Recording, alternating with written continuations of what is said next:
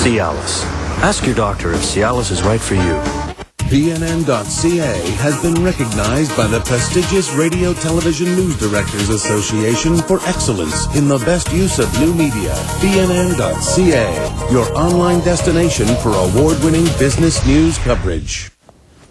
Telus Corporation has won a court injunction preventing Rogers from saying that it has the most reliable network in Canada. Rogers has appealed. The matter returns to court on Friday. The marketing war battles on. Here to assess the latest developments is Jon Arnold, telecoms analyst with J. Arnold and Associates. Good to see you. Good morning, Michael. Nice to be back. So, how do you assess most reliable? Is that the heart of this injunction?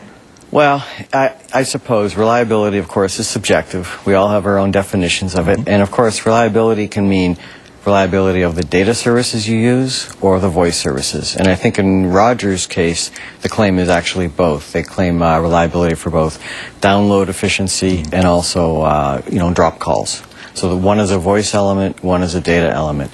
And any operator, if they spin the wheels right, could probably come up with some kind of a reliability claim of, being the best. Right. But so you can define it all kinds of different ways, and it's an important one, though. It is important for sure. In the early days and in the American advertising, fewest dropped calls was the phrase that was used because it appeared, or at least it seems to the consumer, that, oh, that's something that you can actually measure. Reliability is a much grayer area. Well, it sure is, especially because the behaviors of using these technologies have shifted. It used to be just a cell phone was a cell phone. You talk on your phone. Good point. Today, our cell phones are really not so much phones anymore, but a lot of them are mobile data devices. And when you start getting into the smartphone area, which is the hot product these days, especially the iPhone, you have people using it for, it's almost like the phone is the last thing you use it for. I mean, people do make their calls, of course, but really the iPhone is in particular, is a media device, right? It's for your downloads, it's for your web browsing, it's for all of your social networking, and to an extent the BlackBerry is as well. But there's a business use element to it as well. But here we're talking really the consumer marketplace. And that is the most important thing to the wireless companies, because those other little uses, the downloads and the ringtones supposedly and that kind of thing, that's where you make the money. You don't make it on long distance anymore. Well, exactly. The carriers, they all have networks, so there's kind of a common denominator there for what they have to spend to be in the game, but also where they generate subscriber revenues. But the margins are really in the applications and also the media component to what you bring. So in a case like Rogers, where they have online media properties, much like Bell does too, you can start streaming media content over those phones and find ways to make money with that. This is a whole new territory for all the mobile operators. This kind of basic transition away from just being voice providers to being communications providers. And another thing that confuses me is, you mentioned the networks. The various phone companies join forces on certain networks. Oh yeah, Canada in particular, we have small population, large geography, and a handful of carriers. So you have Bell and Telus combining for their HSPA network to counter Rogers to deliver GSM services like the iPhone.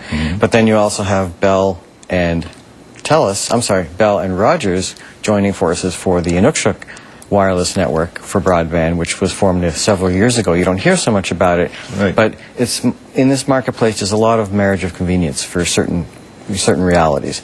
Yeah. Another example, by the way, is that Telus and Bell years ago agreed not to build out their networks into the hinterlands because it was just so uneconomically feasible to have parallel networks to serve such small populations that are hard to reach with cell phone signals. That was Bell and Telus. Yes, that's years ago. Yeah, and then Bell and Rogers cooperate on Inukshuk, which is to serve those hinterland areas, right? Initially, that was the raison d'etre to get the spectrum to do it. Of course, it's since changed in a lot of ways, and it's really become an urban alternative as opposed to really something for the rural markets, which is what it was intended for. So politics kind of gets into the game here as well, which is a whole other topic, by the way, about policies and the vision of how this is all being governed. Absolutely. So to get back to the legal case here, and I know you're not a legal expert, but what is your speculation that Rogers is going to say in appealing this injunction? Well, I don't think they can fight on the grounds of speed anymore. I think, you know, that's kind of been neutralized now. The reliability issue, sure, you could stake your claims to reliability, and just as well Telus and Bell could do the same if they really wanted to go down that road.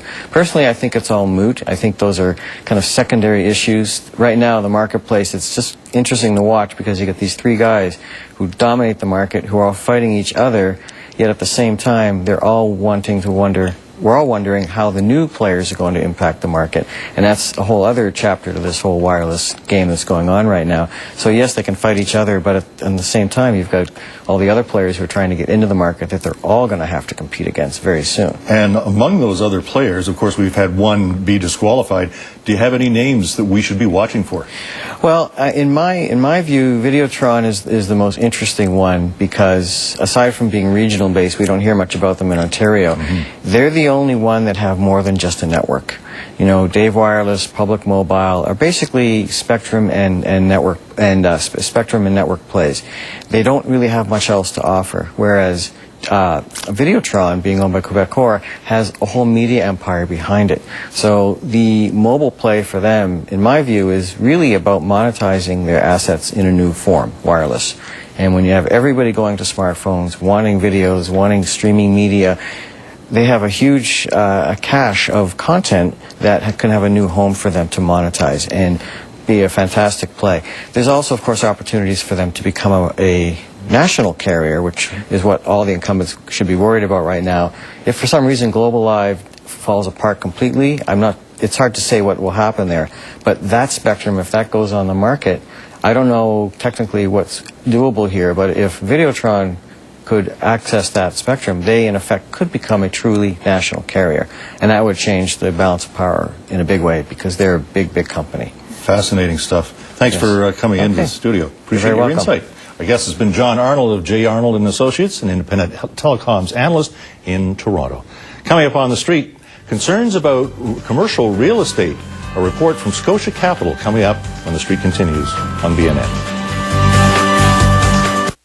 Innovative Investing, New Product Showcase, presented by BNN. Today, we look at practice accounts with RBC Direct.